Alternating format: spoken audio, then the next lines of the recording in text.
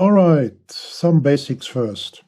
Here we have the so-called texture synthesizer, what is a remake or a software version of Mutable Instruments module Clouds.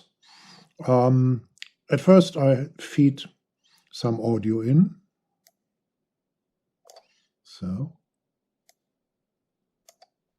and let the sample player play.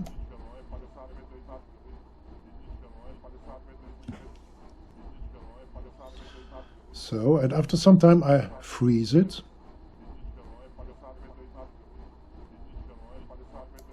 That's a bad phrase. So, okay, so now I have the last seconds, last part of what I have got from the sample player here in the module itself, in the buffer. And let me at first explain the different grain sizes. I set the maximum grain size now. And we hear the word padesat. What is the Czech word for 50? Somebody is talking about something 50 crowns. What is our currency of 50 meters? I think it was 50 meters. I've recorded just some voices at the bus the bus stop, the bus station. So now it's the size of the grain is long enough to be reproduce the whole word padesat, and when I reuse it, now I've get only pade, and now the grain size gets so small that it's not recognizable that we are talking about a human voice, and even smaller grains, and ever smaller grains. All right, but let me take middle long grains here and change the position from where the grains are taken.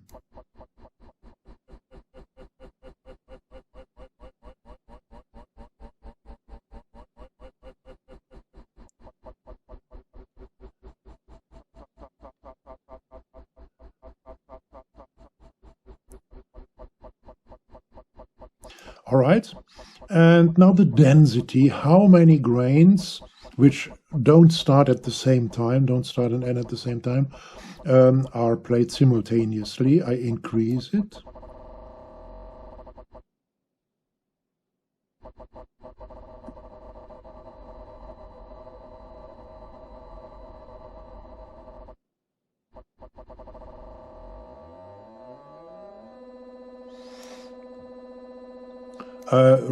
Left or right means just the direction of the grain playback. Now I have a high grain density. Let me increase the grain size.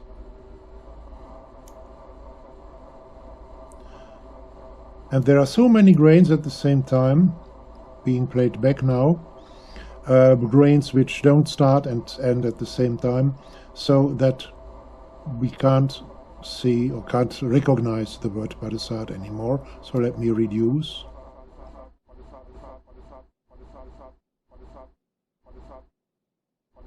Now we get padesat again. Okay, that was density and size. Of course, the pitch is clear, I think.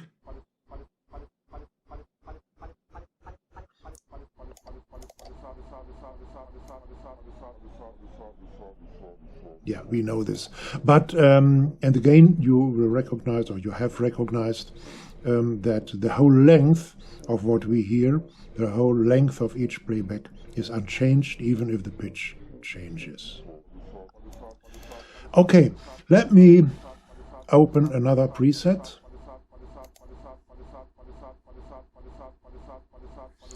Okay, I don't save it. A little bit more interesting things, a little bit flipping out, but I have to feed some sound into the buffer again. Oh, it's the other way around, doesn't matter.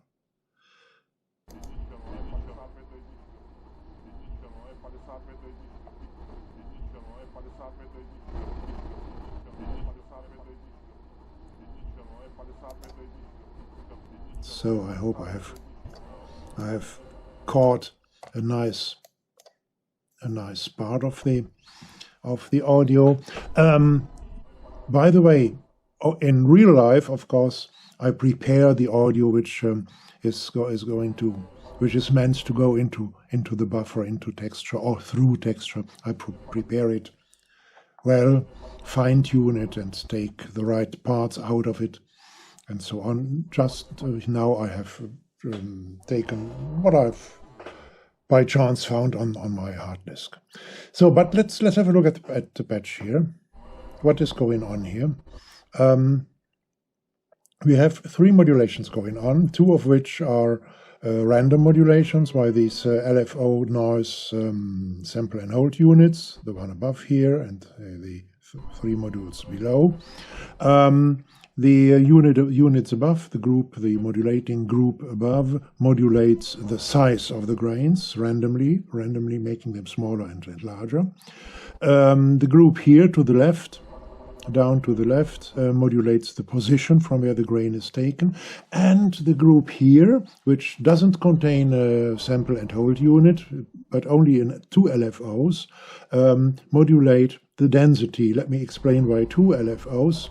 Modulating the density without reducing the modulation strength too much leads normally to quite, let's say, alien-like and extreme and dramatic sounds.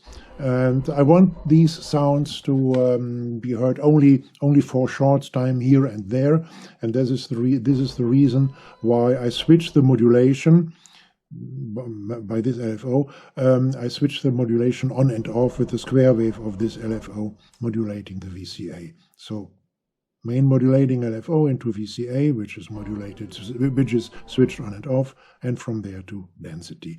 At first, let me remove the density modulation. So it seems that I haven't put a nice part into. Oh, sorry.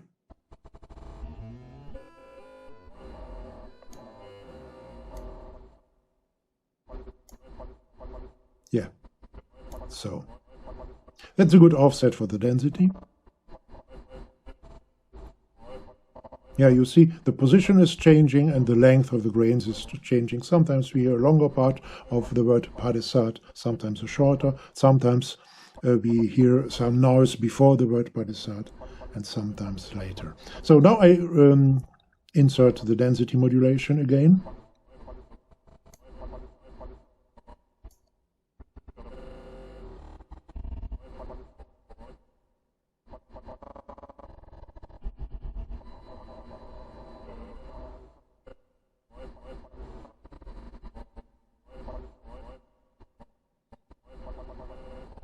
Yeah, okay, quite nice. Not a kind of revolutionary patch, but a good base camp for experiments of your own. Just a tip: add a normal synth voice to the whole thing, and let the synth voice get louder and less loud according to the switching of this VCA, and you get something what you may or perhaps already use in real productions.